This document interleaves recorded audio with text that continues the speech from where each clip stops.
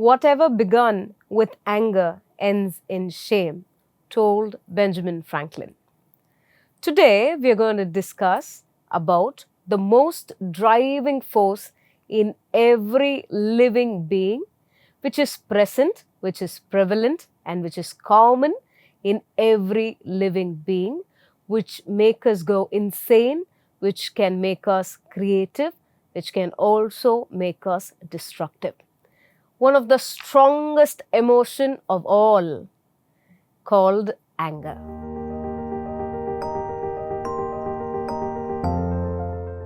Hello, Good News channel viewers.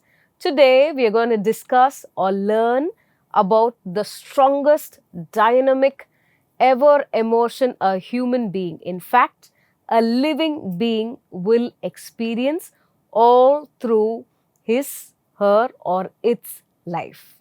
Anger. Anger is one of the emotions which make us create or destruct. There is no gray area when it comes to anger. Now, why it is important for us to know about anger? Because it can either create or it destruct or even devour. Today, we are going to see about how anger in us and how anger outside us affects us as well as the loved ones around us.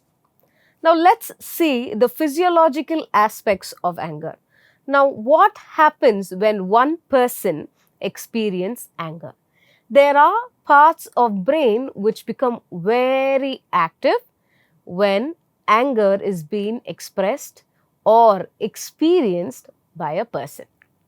The first part of the brain which get influenced or get activated by anger is called the amygdala. This amygdala is a very important for every human being because amygdala is a threat response person. So, whenever a person experiences a threat, amygdala becomes active. And so is when a person gets threat or situation that will trigger the anger, the amygdala becomes active. So, what happens when the amygdala becomes active?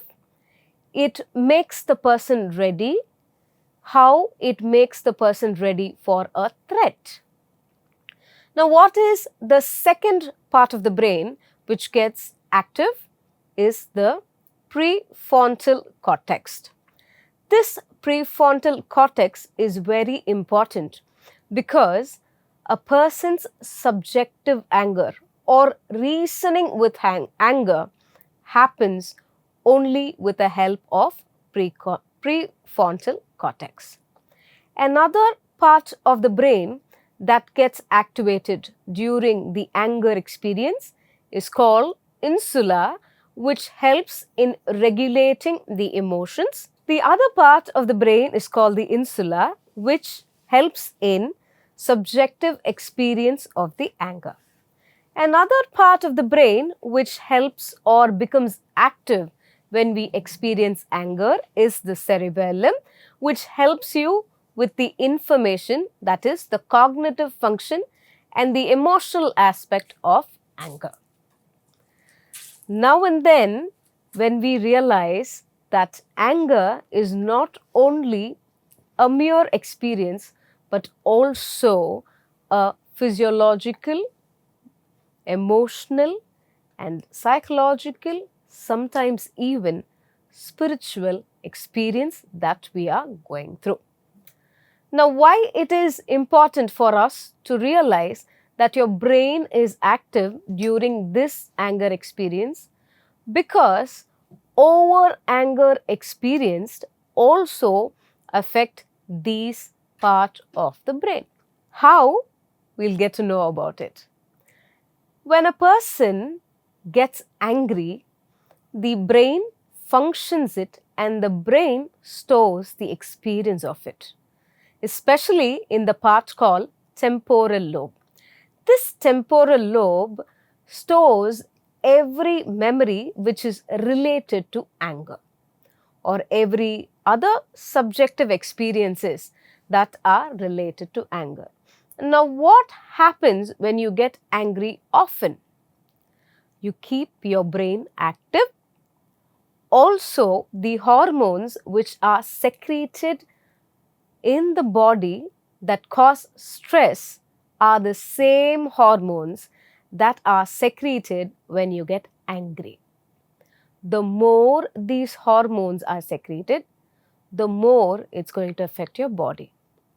Now, we know the brain part that are involved in anger.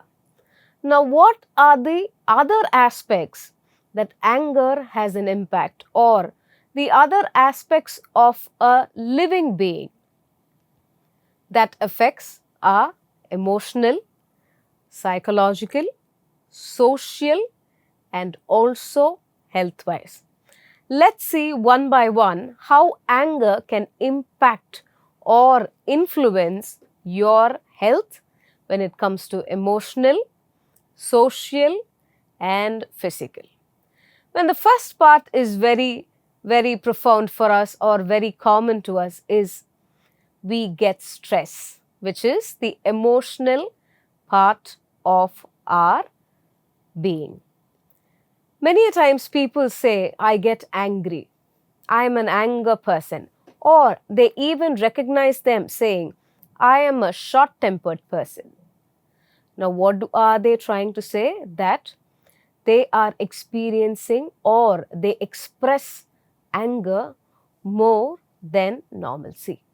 There is a term called trait anger, which is you experience anger so much or you express anger so much, or in other words, you get so used to your anger, it becomes your trait, which is your innate ability, which is not true. Trait anger happens when you get so used to anger, expressing your love even in the terms of anger. Example, a mother who is waking up a child while going out, or when the child has to go out to school, the mother is already in tension. When she wakes up, even though she loves the child, she uses a hard tone or harsh words. Hey, get up. Even though she loves the child, a harsh tone has to be there because the friction within her or the anger that says things are out of control makes her use harsh tone towards her child. And many women, as they grow, tend to shout loud, saying, I got angry, therefore I shout. You know, you get so used to that habit or used to that behavior, you believe that it is you, which is not true. I suggest that you pause yourself and reconsider why you get angry and then act before you shout. The other aspect which can be affected by anger is the health aspect of you. 60 to 80% illnesses that you get is all emotional induced. Many a times we forget that we are also emotional being. We suppress our emotions, we suppress our anger, which inward turn into bitterness or turn into hatred, turn into clamor, turn into sarcasm, turn into many aspects, or anger can disguise itself in many other ways. Anger can influence many aspects of your life. We can separate or categorize 3 aspects of your life which can be influenced or even devoured by anger. The first aspect of your life is emotional aspect. The second is the social aspect, and the third is your health or your body. Now, how anger influences you in your emotional aspect? Sometimes we believe that we are a short-tempered person, or sometimes we get so used to be angry that even our love can be expressed in anger. Example, A mother who wants her child to get ready to school will be shouting and become very frustrated when the child is not getting up from the bed. Then how will she react? She will shout at the child, she will she will force the child to get ready.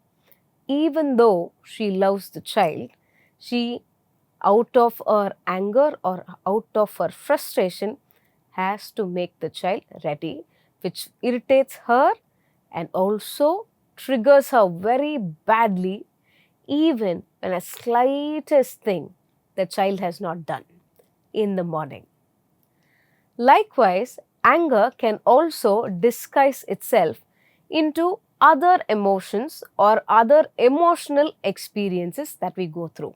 Example, envy is one of the best disguised anger that you have. You're angry on a person, and when you see that person is growing up or when they are blessed with something, envy enters. Now, what is envy? That is a disguised anger within you. Likewise, anger can also disguise itself in many other forms, which are bitterness, clamor, sarcasm, envy, jealousy, wrath, hatred, and so on. If you think that you are jealous of a person, or if you think that you envy a person, take a note on yourself or pause for a while and think whether that you are angry on yourself, on the situation that you're going through related to that person, or you're angry on that person. Now, let's talk about trait anger. Now, what is trait anger? You know, there are people who tell themselves that I'm a short-tempered person.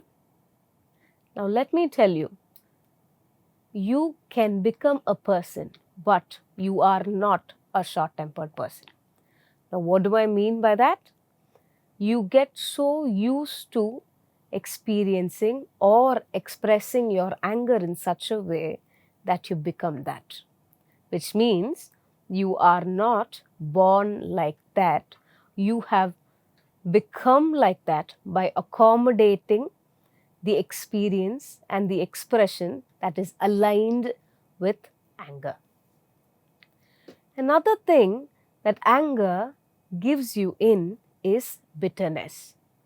So today we are talking about anger and how it can affect you emotionally.